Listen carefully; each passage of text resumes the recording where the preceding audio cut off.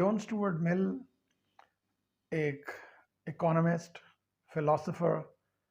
تھے اور اس کے علاوہ ان کا عملی سیاست سے بھی تعلق تھا۔ برطانوی پارلیمنٹ کے ممبر بھی رہے اور ایسٹ انڈیا کمپنی میں ایک بڑی ایڈمنسٹریٹو پوزیشن پر بھی فائز رہے، اور کئی کتابیں تصنیف کیں جن میں سے آن لبرٹی، آن یوٹیلیٹیرینزم کو بہت زیادہ مقبولیت حاصل ہوئی۔ اکنامکس کے اندر اگر ان کے کنٹریبیوشن کا ذکر کیا جائے تو law of demand and law of supply, یہ دونوں جون اسٹوارٹ مل کی کنٹریبیوشنز ہیں۔ اسی طرح اپرچونٹی کاسٹ کا تصور بھی جون اسٹوارٹ مل نے ہی پیش کیا۔ جون اسٹوارٹ مل کے بچپن کے حالات پر اگر ایک نظر ڈالی جائے تو ہمیں پتہ چلتا ہے کہ جون اسٹوارٹ مل کے والد جیمز اسٹوارٹ مل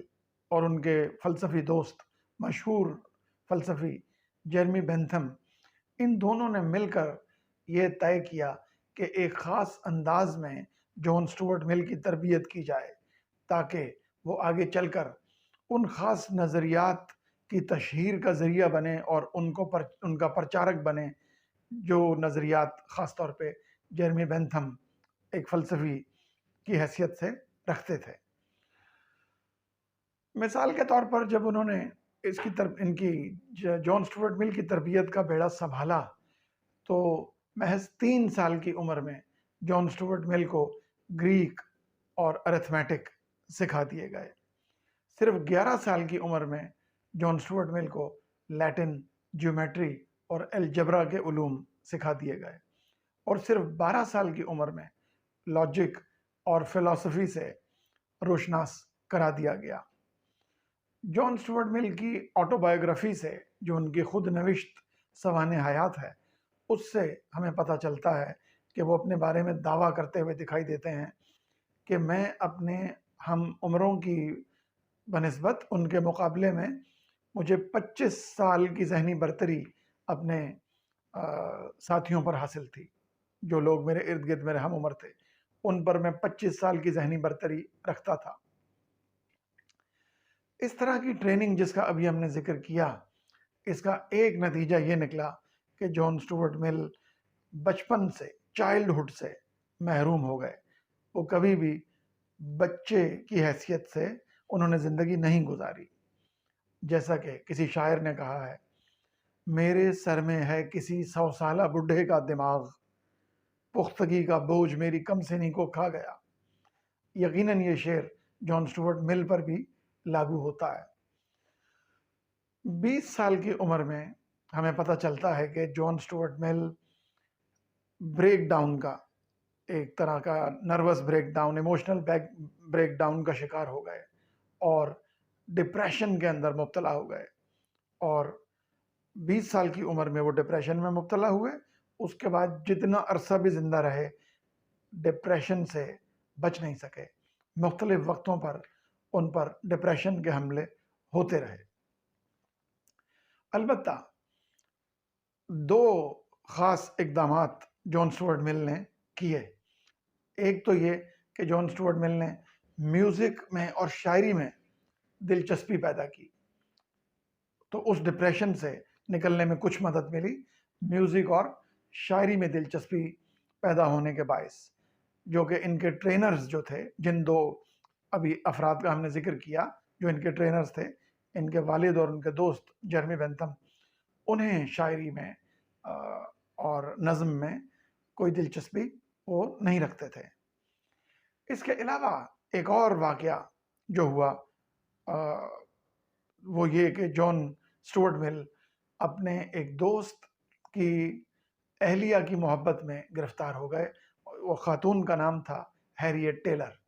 جو کہ کافی مشہور و معروف ہیں، اور وہ خاتون رائٹر بننا چاہتی تھیں۔ ان کے عزائم میں سے یہ بھی شامل تھا۔ تو رفتہ رفتہ ہیریٹ ٹیلر کے ہسبینڈ کو بھی ان کے تعلق کا حال کچھ معلوم ہو گیا۔ مثال کے طور پر ایک رائٹر نے ان کے تعلق کے حوالے سے لکھا ہے، Ultimately, an arrangement was worked out so that Mill could stay with Mrs. Taylor when her husband was away, and she could stay with Mill during the summer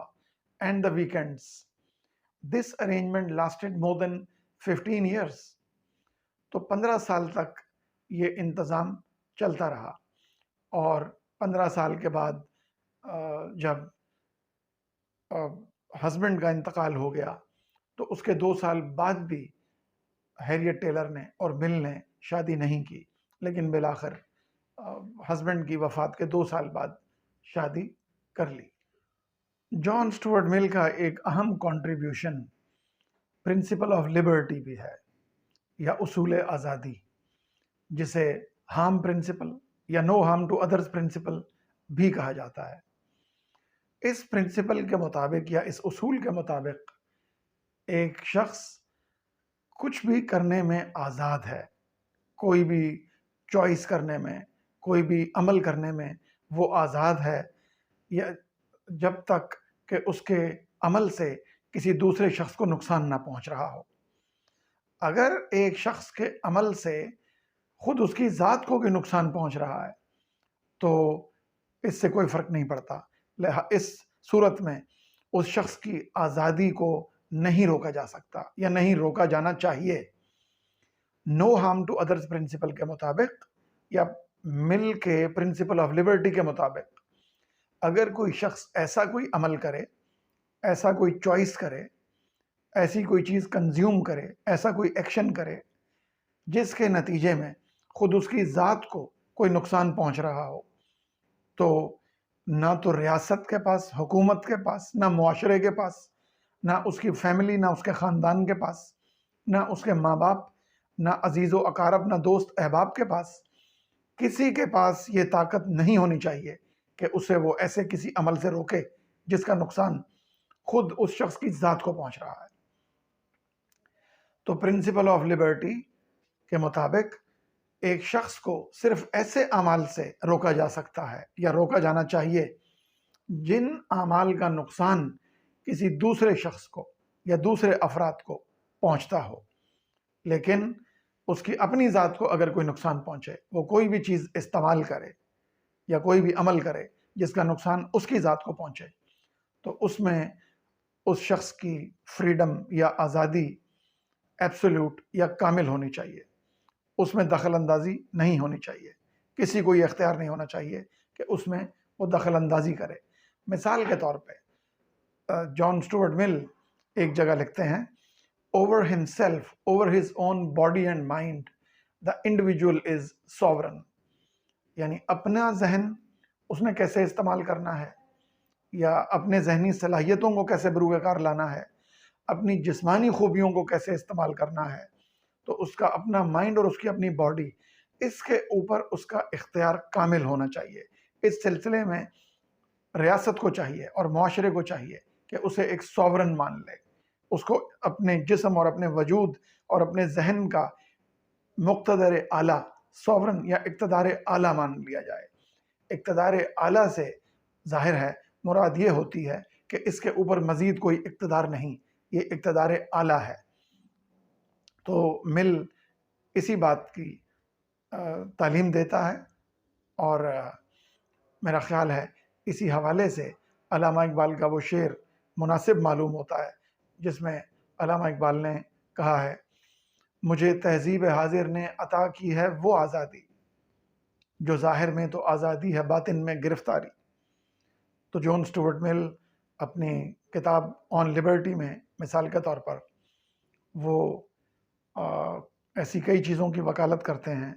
جو ان کے خیال میں دوسروں کے لیے نقصان دہ نہیں، جن میں سے ایک ہے گیمبلنگ، باقی چیزوں کا میں فی الحال ذکر نہیں کرتا۔ تو یہ مل کے چند خیالات ہم نے آپ کے سامنے پیش کیے، مل پر مزید گفتگو مزید اور کسی سیشن میں ہوگی۔